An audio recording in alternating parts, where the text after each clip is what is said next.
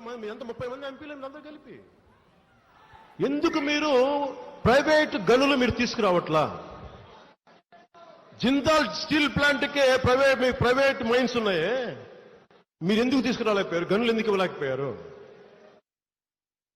ఈ రోజున Vizag steel plant కార్మికులు కూడా చెప్తున్నాను ఈ సభాముఖంగా, కార్మిక సంఘాల నాయకులకి, నేను చిత్తశుద్ధిగా ఉన్నా, మీరు చిత్తశుద్ధిగా ఉన్నారా లేదా మీరు పెట్టుకోండి. మనకు ఫోన్ లైన్లో ఉన్నారు. పాషా గారు, అసలు ఏంటి కేసు? చాలా ట్విస్టులు కనిపిస్తున్నాయి ఇందులో. సార్, నిన్న పవన్ కళ్యాణ్ గారు 14 నెలల తర్వాత దాదాపుగా మొదటిసారి పబ్లిక్ గా సుగాలి ప్రీతి గారి గురించి మాట్లాడడం జరిగింది. ఆ కేసు గురించి మాట్లాడడం జరిగింది. ఆ 14 నెలలకు ముందు ప్రతిరోజు నిద్రలో కూడా సుగాలి ప్రీతి అన్న పేరు కలుసుకున్నారు ఆయన. 14 నెలల నుంచి ఎట్లాంటి మాటలు లేవు, కానీ మాట్లాడిన ప్రతి మాట అబద్ధం మాట్లాడారు. ఉదాహరణకి సుగాలి ప్రీతి ఇంట్లో 2 ఉద్యోగాలు ఇచ్చామని చెప్పారు. సుగాలి ప్రీతి గారి తల్లి గారు 2013 నుంచి ఉద్యోగం చేస్తున్నారండి, ప్రభుత్వ ఉద్యోగం. 2013 నుంచి ఆమె ప్రభుత్వ ఉద్యోగంలోనే ఉన్నారు. ఆమెకి సుగాలి ప్రీతి వాళ్ళ తల్లికి ఇచ్చారు జగన్మోహన్ రెడ్డి గారు ఉద్యోగము, వాళ్ళ తల్లికి వల్ల ఆమె ముందు నుంచి ప్రభుత్వ ఉద్యోగే. ఆ విషయం కూడా తెలవకుండా మాట్లాడారు. రెండో విషయము, ఇప్పుడు పవన్ కళ్యాణ్ గారు మాట్లాడినటువంటి అత్యంత ముఖ్యమైన విషయము ఎవిడెన్స్ ట్యాంపర్ అయినాయని చెప్పేసి మాట్లాడారు. ఎవరు చేశారు ఎవిడెన్స్ ట్యాంపర్? దయచేసి ఎంక్వైరీ. ఎందుకు అంటున్నానంటే, ముందుగా 302 సెక్షన్ పెట్టారు, 201 సెక్షన్ పెట్టారు, పోక్సో యాక్ట్ 10 పెట్టారు. ఈ 3 కూడా మేజర్ సెక్షన్స్ పెట్టారు.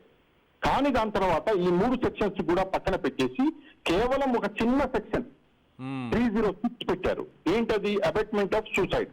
ఎవరో ఏదో ప్రేరేపిస్తే ఆ అమ్మాయి సూసైడ్ చేసుకుంది అని చెప్పేసి పెట్టారు. ఎవరు పెట్టారు? 2018లో చంద్రబాబు నాయుడు గారి ప్రభుత్వం పెట్టారు.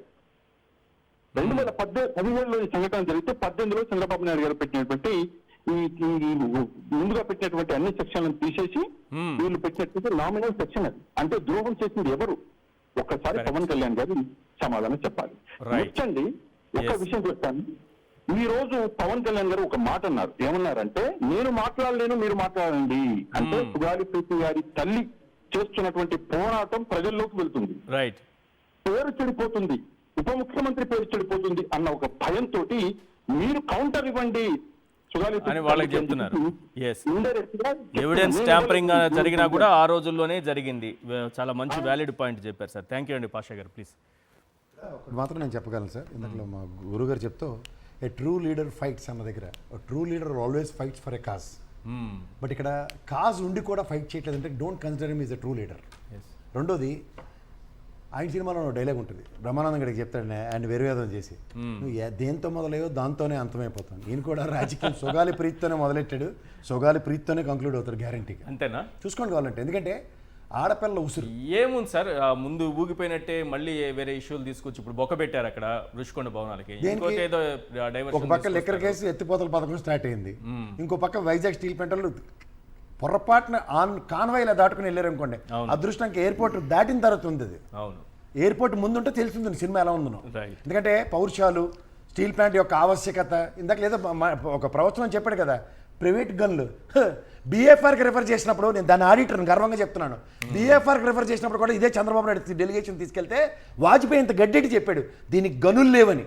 అప్పుడు దీనికి ఒరిస్సా మినరల్ డెవలప్మెంట్తో ఓఎంటీసీతో అనుసంధానించి గనులు ఇచ్చిన దగ్గర ఎక్స్పాన్షన్కి వెళ్తే లాసు. ఇది కూడా తెలివి తేట లేకుండా మాట్లాడుతుంటే వెరివేదల్లో మనం భరిస్తున్నామని ఊరుకుంటున్నాం. సార్, నేను ఒక స్టీల్ ఫ్యాక్టరీలో దాదాపు ఒక 17 years వర్క్ చేసినటువంటి, అంటే గ్రాడ్యుయేట్ ఇంజనీర్ ట్రైనింగ్ నుంచి సీనియర్ మేనేజర్ దాకా ఉన్నాను నేను. మిశ్రధాతు నిగమ్ లిమిటెడ్.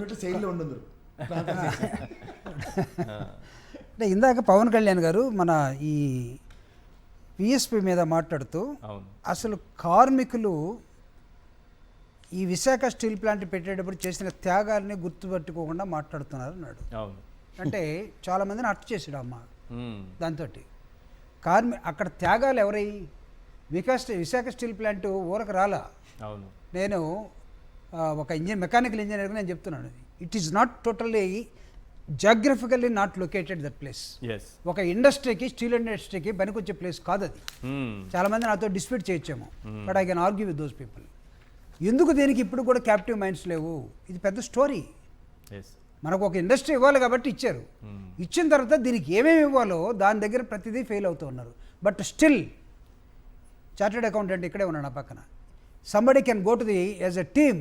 ఇది లాసులు లేదు, ఎస్ లాసులు Expansion లేదండి. కి loss వచ్చింది సార్. ప్రపంచవ్యాప్తంగా బ్రాంచెస్ కలిగి ఉండి ఏది ఈ ఈ ఇండస్ట్రీ వీళ్ళు తయారు చేసే స్టీలు ప్రపంచవ్యాప్తంగా అన్ని దేశాల్లో వీళ్ళ బ్రాంచెస్ ఉన్నాయి to select out there steel.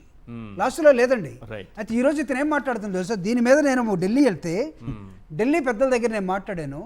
వాళ్ళని కూర్చోబెట్టి చెప్తున్నాడు, ఎవరు వాళ్ళు ఏం పెట్టుకున్నారో చెవులో నాకు తెలియదు, వాళ్ళ అవును ఎమ్మెల్యేలు ఎమ్మెల్సీలు ఎవరో ఉన్నారు వాళ్ళతోటి. Yes. ఇక్కడైతే మనం మెడలు ఉంచుతాం అంటాం, ఢిల్లీ పోతే మెడలు ఉంచడం అంత ఈజీ కాదు, అవన్నీ ఉత్తయే, మీరేం పట్టించుకోవద్దు, మెడలు ఉంచలేము మనం అని చెప్పాడు.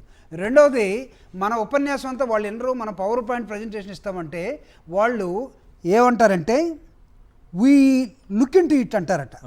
చాలా కొత్తోళ్ళగా చూస్తాం, చెప్తున్నారు, పరిశీలిస్తాం we look into it అంటారంట. ఎవరు అమిత్ షా గారును వాళ్ళిద్దరేం మరి చదువుకున్నారో నాకు ఒక తెలియదు సార్. ఎంపీ ఉన్నా కూడా నేను సాధించి వాళ్ళిద్దరేం చదువుకున్నారో ఈయనేం చదువుకున్నారో నాకు తెలుసు, నాకు తెలీదు. Right, right. లుక్ ఇంటూ అంటారట. అని కొత్త పదాలు వీళ్ళకి నేర్పి మీరు ఎక్కువ మాట్లాడబోకండి దీని మీద. Right. చేతనైతే Right. స్టీల్ ప్లాంట్ గురించి, Yes. క్యాపిటల్ మైన్స్ గురించి, Right. ఎంప్లాయీస్ VRS తీసుకున్న వాళ్ళ గురించి ఏమంటున్నాడు తెలుసా? రైట్ వాళ్ళు ఇష్టమై వాళ్ళు తీసుకొని పోతున్నారట. కంపల్సరీగా మీరు ఆ కుటుంబాన్ని ఆదుకోలేమని చెప్తుంటే ఎడ్జ్ ఆఫ్ ది రిటైర్మెంట్ ఉన్న వాళ్ళందరూ కూడా less than 5 years వాళ్ళు వెళ్ళిపోతా ఉన్నారు. Right, contract sir. Employees Yes, మొత్తాన్ని yes. పంపించేశారు. విశాఖ స్టీల్ ప్లాంట్ పుట్టు పూర్వోత్తరాలు తెలియకుండా దాని గురించి మాట్లాడి ఎలక్షన్ ముందు ఒకటి ఇప్పుడు ఒకటి మాట్లాడితే Right, అక్కడ sir. కార్మికులు కానీ, నాయకులు కానీ, ప్రజలు కానీ, కుటుంబాలు కానీ, ఆధారపడి ఉన్నటువంటి వాళ్ళు కానీ, వైఎస్ఆర్ కాంగ్రెస్ పార్టీ కూడా ఖచ్చితంగా వాళ్ళందరికీ సపోర్ట్ చేస్తుంది. Right, జగన్మోహన్ రెడ్డి గారు ఉన్నంతకాలం దాన్ని రైట్ private కాపాడుకోవాలి కానివ్వలేదు. కాపాడుకోవాలి గట్టిగా కానివ్వలేదు నిలబడి సార్. పవన్ కళ్యాణ్ నమ్ముకుంటే అది నిలబడదు.